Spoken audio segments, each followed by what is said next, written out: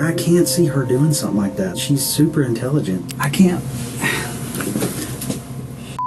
This is the moment Zach realized his wife, Ashley, was a secret murderer. Police found Taylor Wright, a friend of his wife, lying dead on his property. Police suspect Ashley was the murderer, but Zach refuses to believe it. Little did he know, he was about to get the shock of his life in the interrogation room. Can you tell me how you came to know Taylor? Through working PI cases. Okay. She'd come over to our house every now and then. She met my wife. They became friends. Did you guys ever have a falling out or? Never. From doing this job for so long, I would just pick up little lies from her. Just stuff just didn't start seeming right. She would disappear for days. You couldn't get her on the phone. Greg and I would try to call her. You couldn't get her on the phone. Taylor had been known to go missing for days at a time, but this time was different. She hadn't been seen for over a month before she was found. Early on, cops believed her disappearance was nothing out of the ordinary, but she'd left everything at home, and what little texts she sent to her friends were in language she wouldn't normally use. I mean, I'm sure now you've read the news and everything. Yeah. You kind of know the date that we're talking about. Have you had a chance to go back and pinpoint where you were on the 8th of September? It's very, I can't remember, but I'm trying to do the very best I can so I could tell y'all the best I can. I went to the bank yesterday to pull my statement. I know I ate lunch at the seafood place at 9 Mile in Pine Forest. I ate there. And I remember eating by myself, and I remember Ash not being able to make it because she was tied up with work. Taylor was last seen on the 8th of September, so Zach attempts to recount what he was doing that day. Given that he used his debit card to purchase food in the area, it's likely that his story is true. What's interesting, though, is that he mentioned he was out on his own as his wife was busy with work. It seems that he fully believes this to be the truth, and while he knows his wife has been questioned about the murder, he doesn't know that she's currently the #1 suspect. The cops aren't trying to learn more about the case. They're trying to determine if Zach had a hand in the murder, or at the very least, turn him against his own wife. Do you know anything about this money that Taylor had given you all? No, absolutely not. She's never given me anything. I've never got anything from that. No. Okay.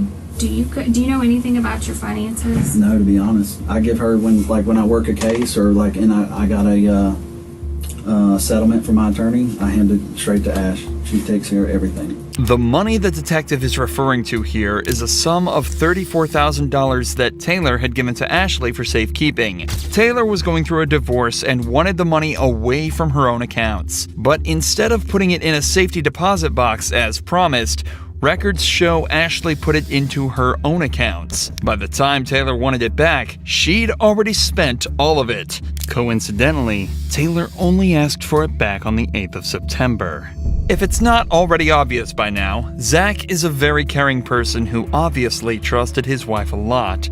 So far, he's provided solid answers to where he was when Taylor disappeared and his involvement in the couple's finances, equating to almost none. But the detectives have to rule out any involvement whatsoever, so they decide to discuss where the body was found.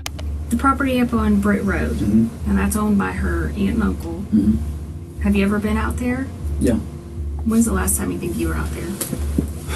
The last time I went out there is when I traded my four-wheeler for a side-by-side. And that's the last time I've been. Before that, I couldn't tell you. But when was that? A couple months back. Your phone number, the 554 number, do you always keep that on you? Yeah, I reckon. Do you ever loan it out to anybody? No. Okay. No. Would you No. ever loan it to anybody? Or No. do you remember Ashley ever using it, taking it with her? No. Never. Okay, did it ever get lost or stolen or anything and get replaced? No, not that I recall. Okay. This might seem like a random question, but phone records actually played a huge part in uncovering the truth in this case. Not only did they show Ashley on the property Taylor was found dead at on the 8th, but they also showed Taylor's phone at a wedding Ashley attended the very next day. But Taylor was never seen at the wedding or anywhere else after that date. Detectives here are just trying to confirm that if suspicious activity was discovered from Zach's phone records, there would be no way to argue that it wasn't him in control of the phone. But remember, Zach still has very little idea surrounding the true nature of this case. He doesn't know how much evidence the cops have against his wife. All he's doing is defending himself and providing answers that'll hopefully solve the case. So given his compliance so far, the detectives decide to try and question him about some more physical evidence. Do you own any 9mm Yeah. handguns? What kinds? My Glock. Just one or Yeah. When I've got a lot of guns, so a lot. I think one Glock 9, what model? 19. 19? Okay. Do you know how Taylor died? Yeah, for Ackerman told me that the girl was shot, and he heard that from Molchan. So Ackerman told you and he got it from Molchan? Yeah. Okay. Did he elaborate on anything else? He just said that they thought the girl was shot. Okay. Did you ever buy Ashley a gun or anything of that nature? Man, over the years, yeah. Yeah. I bought her a 380 one time, What kind? PPK. Okay. And does she carry a firearm? I haven't seen her one in quite a while. Not at all. Mm-mm. Do you own a 38 I- airweight? Yes. And she used to, that's the last thing I ever remember seeing her with was a 38 airweight. And that was, I haven't seen her with that in I don't know how long. I mean, I'm interested. Did you kill or participate in the death Absolutely of... not. I would Let him never. finish this question. Okay. What ahead? Did you kill or participate, or do you have any knowledge? Zero, Jason. Absolutely none. I don't want to be nowhere near it. Nothing involved with it. Nothing. I know nothing about it.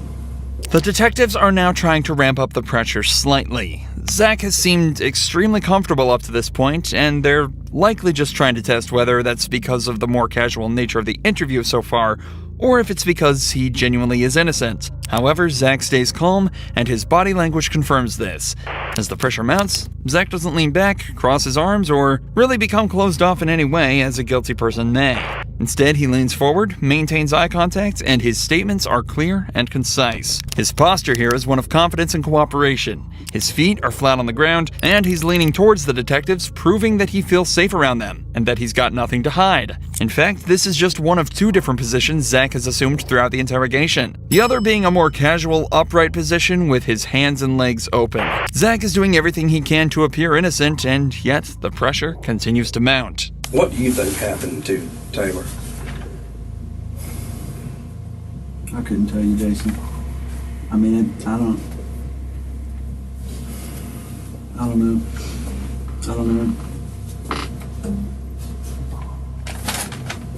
I mean, nobody deserves to ever get anything happen to them like that whatsoever. I don't know, buddy. I don't know what happened to her. And, I'm asking you, as this investigation continues, whether it's text, phone records, computers, financials, is there going to be anything that hems you up or ties you absolutely to that? nothing. Well, and not just being involved in the actual murder, but as far as, afterwards. Helping conceal. If any person in this world was like, hey, Zach, come help me do something, I would run from that mother as fast as I could. Well, I mean, just, hell, it's all over the news. Yeah. You've read it. Yeah, I've read Right. it, and And I mean, trying to swallow it and figure it out. I mean, it's like, it's terrible. but you've read it, so you know at least some of the details. Just based upon that and your knowledge of the job that we do and the job that you used to do, what's your thought? Feelings aside, Just logically. I can't see her doing something like that. I mean, she's super intelligent. You know, she's got a criminal. I mean, Master's degree. yeah, or back. Is it master's or back? I don't know. One of the two. And that's just sloppy. I mean, that's sloppy. I can't see her doing that. There's obviously a lot going on in Zach's head right now. He obviously doesn't want to believe his wife killed someone, but his years of experience as a PI, coupled with all the evidence against his wife, logically have to be convincing him otherwise. Not only were there the bank statements and the cell phone records, but Ashley was even caught on camera at a hardware store purchasing the exact same type of cement that was used to fill Taylor's grave. At this point, though, the detectives have seen all they need to. Zach takes a minute to discuss a few things with his lawyer, and he signs a search warrant allowing them to obtain all his cell phone records. Eventually, Zach is cleared of any wrongdoing and is allowed to return home. His wife, however, was a different story. We, the jury, find the defendant, Ashley MacArthur, guilty of first-degree premeditated murder with a firearm as charged in the indictment. Ashley MacArthur was sentenced to life in prison with a mandatory sentence of 25 years and is now serving her time away from her husband behind bars.